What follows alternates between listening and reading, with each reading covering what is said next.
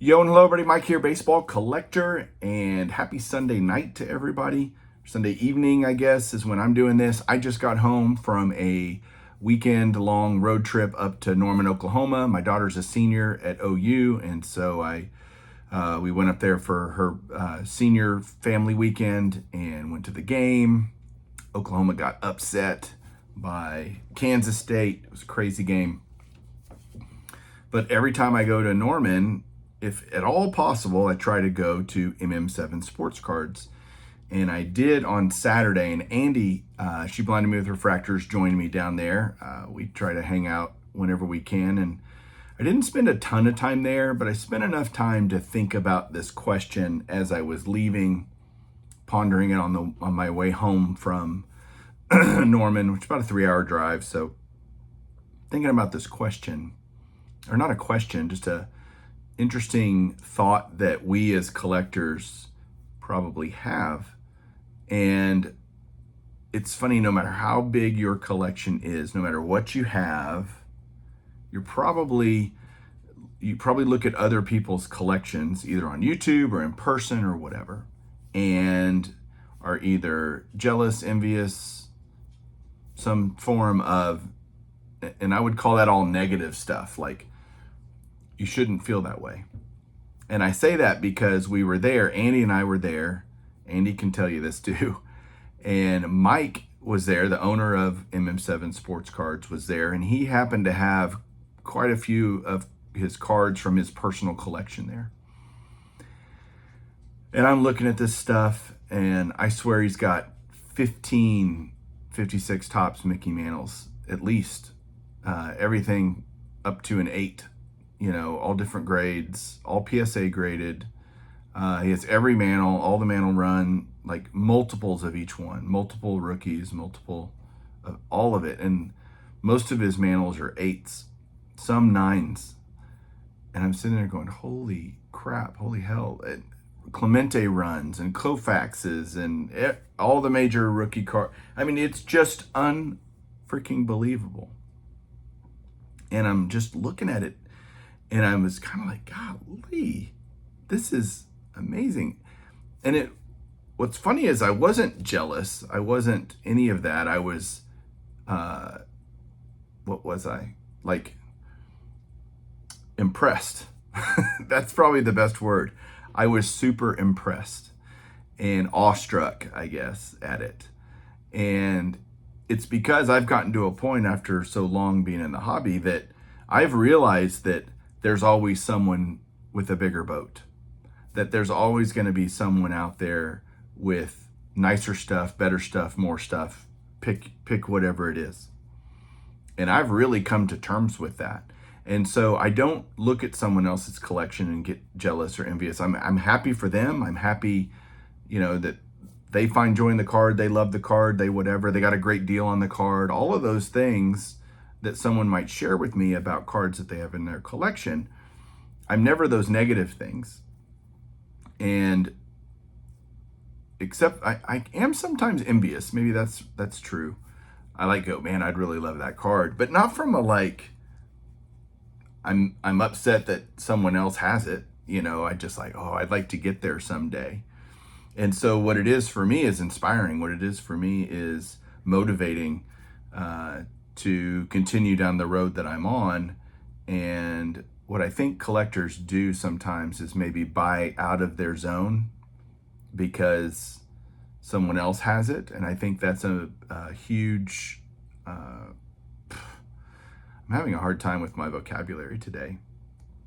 That's just scary to think that someone might buy something out of their range. Like, I would love a PSA 6 Jackie Robinson 49 leaf, but I'm just not going to live in that way. I can't get there.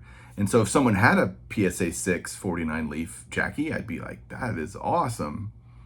And maybe someday I can get a 1 or a 2, and I'd love to own that card someday. And so keeping in mind, there's always somebody with a bigger boat. You can't get there tomorrow, save winning the lottery, and you just have an instant flow of cash and you could buy all the cards you've ever wanted. But until that time, stay patient, stay humble, stay patient. Just acquire cards as you can acquire them. Stay within your budget.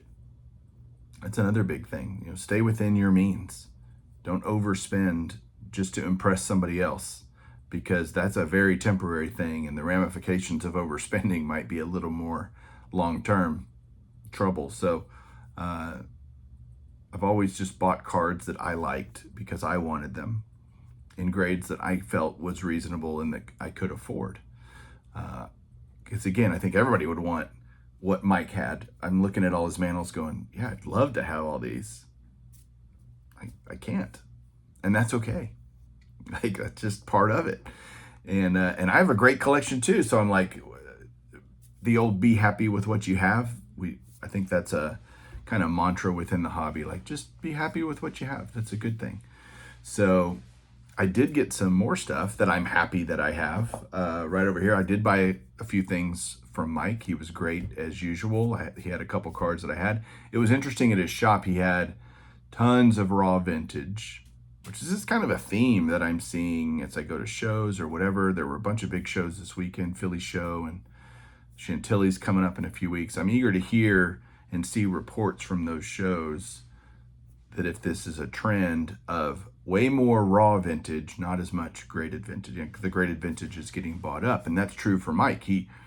There was that window of time you couldn't send it in; it didn't make sense. And now the stuff he has would be great graded, but it's just kind of too expensive. So that is kind of where we're at. But I did get a couple things. Happy to show them to you, and a couple other stuff. So hang on one second. All right, so here we go. With the first thing that I got in the mail came in yesterday. This was my Tom Glavine custom that I sent off for a private signing. This was part of the first private signing that I've ever done. And it's kind of weird. I sent Glavine and Smoltz. They were both signing, I think, at the Nashville show. And it's weird, I only got the Glavine back yet, not the Smoltz, so that's weird. And I also sent to the same place Roberto Alomar for another separate private signing, and I haven't gotten that back yet. So kind of weird, but there's the Glavine.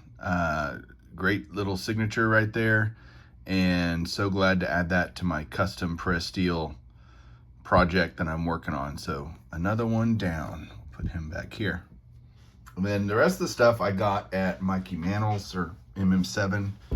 Call it Mikey Mannels. That was his old name. Now he's really just MM7 Sports. And so I kind of put a package deal together. One of the things he had there that I liked and wanted was this Gary Carter 1977 Topps autographed card. Anytime I can get player era autos cheap, I will. It's JSA, so it actually comes with this full, JSA thing. This is how that, that'll be in the card or whatever. But yeah, got that. Super great. Then I got, let's see, which one do I want to show first? Let's do this one. 1958 Braves Fence Busters. You'll see there Del Crandall, Eddie Matthews, Joe Adcock, and then of course Hank Aaron. So 2 Hall of Famers on that. I don't know why I never had this card yet. It's one of those that just kind of eluded me and then fell to the back burner, and saw it in his showcase and was able to make a deal for it. So glad to finally add that to the collection. And then the last card I got is this Gil Hodges 1951 Bowman PSA 4.